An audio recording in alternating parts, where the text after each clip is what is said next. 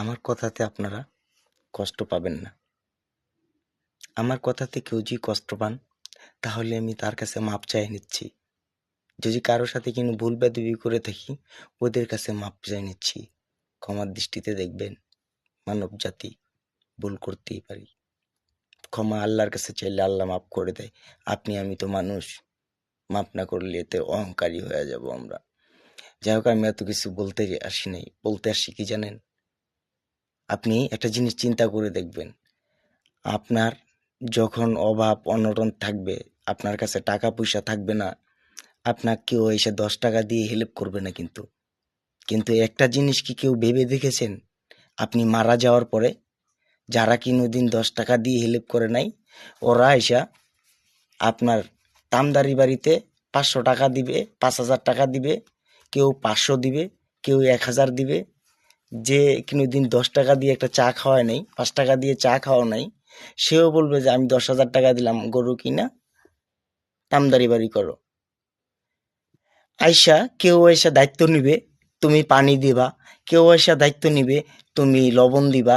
কেউ এসে দায়িত্ব নিবে, তুমি ভাত দিবা। কেউ এসে দায়িত্ব নিবে, তুমি কালিয়া দিবা। কেউ এসে দায়িত্ব নিবে, তুমি মাংসের তরকারি দিবা। কিন্তু একটা জিনিস ভেবে দেখেছেন? সবাই খাওয়ার জন্য আসবে, সবাইকে খাওয়াবে, কিন্তু আপনি যে মারা গেছেন আপনার খোঁজ নিবে না। আমরা ওই মানব জাতি, আমরা মরে গেলে পচে গন্ধ হয়, এই জন্য আমাদেরকে মাটি চাপা দেওয়া হয়, কবর দেওয়া হয়। তাই তো বলতে চাই, ওহে আমার ভাইয়েরা বোনেরা, যদি কাউকে প্রকৃতভাবে হেলে যদি কিনু ভাই থাকে, তাহলে ওই ভাইকে তোলার জন্য তোমার দায়িত্ব একটাই থাকবে। সেটা কি জানো? পারলে ওই ভাইকে সাপোর্ট করে উপরে তুলে দাও। মরার পরে লিল্লা বাড়িতে 50,000 টাকা দেও, এইটা না। এইটাকে বলে না ভাই, বাইসা থাকতে মূল্য নাই, মরার পরে লিল্লা বাড়ি দিয়া মূল্য।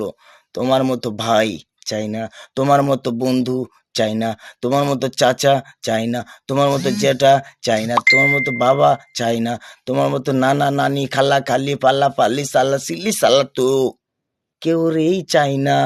আমি তো, কথাটা কি আমার বুঝতে পেরেছেন? সালামু আলাইকুম।